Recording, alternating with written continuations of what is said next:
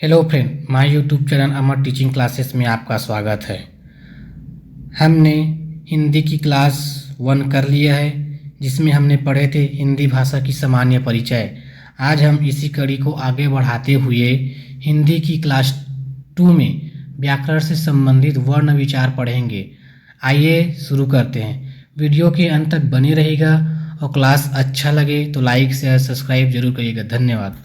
तो देखते हैं, हमने पिछली क्लास में देख लिया था हिंदी भाषा की सामान्य परिचय। भाषा क्या है, जिसमें भाषा की विशेषताएं देखे थे, भाषा को सीखने के लिए योग्यता देखे थे, भाषा का विकास क्रम देखे थे, भाषा के प्रकार के अभिव्यक्ति के आधार पर देखे थे, इसका हिंदी भाषा का विकास क्रम जिसमें 3 था। उसके बाद आधुनिक हिंदी देखे थे, इसमें पूरा इसका। आज देखते हैं हमने हिंदी व्याकरण। आज हम देखेंगे हिंदी व्याकरण की शुरुआत कैसे हुआ। और हिंदी व्याकरण में आचार्य पाणिनि को व्याकरणाचार्य कहा जाता है। व्याकरणाचार्य कहा जाता है। हिंदी का पाणिनि पंडित किशोरीदास वाजपेयी को कहा जाता है। सॉरी, यहाँ पे पानी लिखा है। अगर पूछा जाए हिंदी का पाणिनि किसे कहा जाता है तो पंडित किशोरीदास वाजपेयी जी को कहा जाता है। व्याकरण का शाब्दिक अर्थ होता है भली भांति समझना, और इसका शाब्दिक विच्छेद होता है वी प्लस आ प्लस करण। इसी का शाब्दिक अर्थ होता है भली भांति समझना। पाणिनि के अनुसार अगर व्याकरण क्या है तो व्याकरण एक विधा है, रचना है, कृति है, संस्करण है। व्याकरण पुस्तक एक ग्रंथ होती है, इसे माना है किसने? पाणिनि ने। अब व्याकरण हमें 3 बातों की जानकारी देता है। क्या क्या 3 बातों को जानकारी देता है, देखते हैं। व्याकरण शुद्ध उच्चारण का ज्ञान प्रदान करता है, हमें शुद्ध लेखन का ज्ञान प्रदान करता है, और भाषा का शुद्ध प्रयोग का ज्ञान प्रदान करता है। व्याकरण को समझने के लिए हमें इन तीनों चीज़ों की जरूरत होगी। शुद्ध प्रयोग होगा, शुद्ध उच्चारण होना चाहिए और शुद्ध लेखन। ये तीनों के बिना हम व्याकरण नहीं सीख सकते। तो वर्ण विचार यह व्याकरण का छोटा अंग है। अगर व्याकरण का सबसे छोटा अंग पूछा जाए तो वर्ण विचार है। देखेंगे वर्ण विचार क्या होता है। शब्द विचार मध्यम होता है और वाक्य विचार सबसे बड़ा होता है। व्याकरण के 3 अंग होते हैं, जिसमें वर्ण विचार है, शब्द विचार है, वाक्य विचार। ये तीनों व्याकरण के 3 अंग कहलाते हैं। अब देखते हैं अक्षर क्या है। अक्षर एक ध्वनि का रूप है। प्रत्येक वर्ण को अक्षर कहा जा सकता है, लेकिन प्रत्येक अक्षर को वर्ण नहीं। एग्जाम में पूछा जाता है कि प्रत्येक वर्ण को अक्षर कहा जा सकता है या नहीं, इसकी स्टेटमेंट में पूछा जाता है। और अक्षर में क्या होता है, एक से अधिक वर्ण मिलकर अक्षर बनते हैं। एक से अधिक वर्ण मिलकर क्या बनते हैं? अक्षर बनते हैं। एक से अधिक वर्ण मिलकर अक्षर बनते हैं। इसमें वर्ण एक एक होता है, ये ध्वनि का रूप है ना। अक्षर को एक श्वास में उच्चारित हो जाता है, समान लय में होता है, समान लय में उच्चारित कर सकते हैं अक्षर को। अक्षर 2 प्रकार के होते हैं। वृद्धाक्षर क्या है? वृद्धाक्षर इसका अंतिम ध्वनि व्यंजन होता है। जैसे उदाहरण के लिए आप, इसमें अंतिम ध्वनि क्या हो रहा है? प, मतलब ये व्यंजन है। नाम म भी व्यंजन है। ये क्या? वृद्धाक्षर के इसका अंतिम ध्वनि व्यंजन होगा। और मुक्ताक्षर मतलब मुक्त हो जाएगा, मतलब अर्थात अंतिम ध्वनि होगा इसका स्वर। अंतिम ध्वनि होगा स्वर, जैसे आ, खा, गे, मुक्त हो जा रहे हैं ना, यही है इसका अंतिम ध्वनि। तो हमने अक्षर के प्रकार देखे, जिसमें वृद्धाक्षर, मुक्ताक्षर देखे।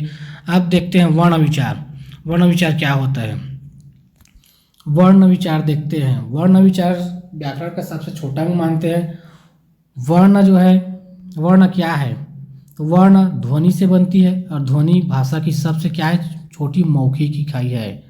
सबसे छोटी मौखिक इकाई क्या है? ध्वनि। पूछा जाता है एग्जाम में, ध्वनि की सबसे, भाषा की सबसे छोटी मौखिक इकाई क्या है? तो उसको ध्वनि लेते हैं।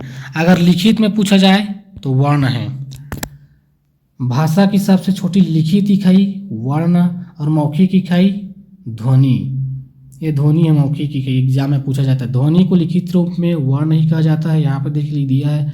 वर्णों का शुद्ध लेखन, शुद्ध उच्चारण, शुद्ध प्रयोग वर्ण विचार कहलाता है। वर्ण विचार क्या कहलाता है? वर्णों के शुद्ध लेखन होना चाहिए, शुद्ध उच्चारण होना चाहिए और शुद्ध प्रयोग होना चाहिए। यही क्या वर्ण विचार कहलाता है। भाषा की सबसे छोटी इकाई क्या है? वर्ण है।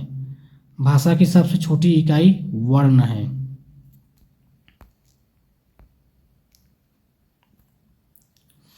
अर्थ के आधार पर भाषा की सबसे छोटी इकाई शब्द, अगर पूछते हैं एग्जाम में अर्थ के आधार पर भाषा की छोटी इकाई क्या है, शब्द है। सबसे छोटी इकाई पूछ देगा डायरेक्ट तो वर्ण डालेंगे, लेकिन अर्थ के आधार पर तो शब्द डालेंगे। शब्द जो अर्थ देता है ना जी, इसलिए अर्थ के आधार पर।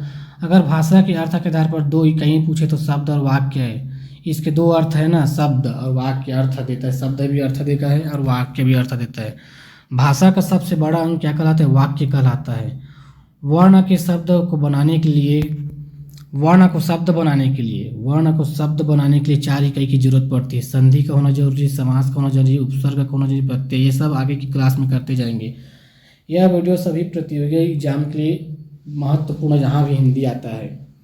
तो अगर अब वर्ण है, अगर उसको हम शब्द बनाना है या वाक्य बनाना है तो संधि का होना जरूरी होगा, समास, इन चारों चीज़ों का होना जरूरी। इसके बिना आप शब्द या वाक्य नहीं बना सकते।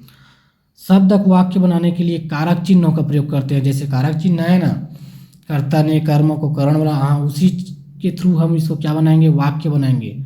अब इसका देखते हैं कि ध्वनि कैसे आगे बढ़ता है। ध्वनि की उत्पत्ति में तो पहले ध्वनि से वर्ण बनेगा, पहले मुंह से उच्चारण, ध्वनि से वर्ण, वर्ण से अक्षर बनेगा, अक्षर से शब्द, शब्द से उपबंध और उपवाक्य से वाक्य। ये छोटा छोटा आगे बढ़ता जा रहा है, इधर तीर के निशान ऐसे है ना। तो पहले ध्वनि, फिर वर्ण, फिर शब्द, फिर अक्षर, ऐसा टाइप पे बढ़ता जाएगा। उसके बाद वर्णमाला। वर्णमाला किसे कहेंगे, तो वर्णों के व्यवस्थित समूह को वर्णमाला। ये हमेशा एग्जाम में पूछा जाता है, मोस्ट MP है। वर्णों के व्यवस्थित समूह को वर्णमाला कहा जाता है। अब अगली क्लास में हम लोग देखेंगे वर्ण के प्रकार के उच्चारण के आधार पर कितना होता है। नोट, इस पीडीएफ को बिना नोट के वीडियो बनाना कॉपीराइट एक्ट के तहत माना जाएगा। अगर आपको वीडियो अच्छा लगे तो लाइक शेयर सब्सक्राइब जरूर करिए। आप लोग देखते व्यूज़ तो जाते हैं लेकिन आप लोग सब्सक्राइब नहीं करते हैं। मेरे इसी हिंदी क्लास 1 से PSC में क्वेश्चन पूछा आया था, देख लीजिए। पिछली क्लास में हम पढ़े थे कि पूर्वी हिंदी का उदाहरण पूछे, देखिए PSC में आया था। पूर्वी हिंदी पूछा था तो इसका होता है ABC सूत्र। अवधि बघेली छत्तीसगढ़ी, ये PSC में आया था अभी जस्ट रिसेंटली। और पर्यावरण का भी आया था कि ओजोन की कई किससे नापते हैं, डप्सन से। यह भी PSC एग्जाम में आया था। GS का भी आया था। ये हमने देख लिया 2 क्लास हिंदी का। अगर अच्छा लगे तो सब्सक्राइब जरूर करिएगा। धन्यवाद। आज हमने देखा वर्ण विचार क्या है, वर्ण क्या है, वर्णों के प्रकार को कल देखेंगे। फिर मुक्ताक्षर देखिए, अक्षर देखिए, फिर हिंदी व्याकरण के सामान्य परिचय को देखें। धन्यवाद। इसी लाइक शेयर सब्सक्राइब जरूर करिएगा।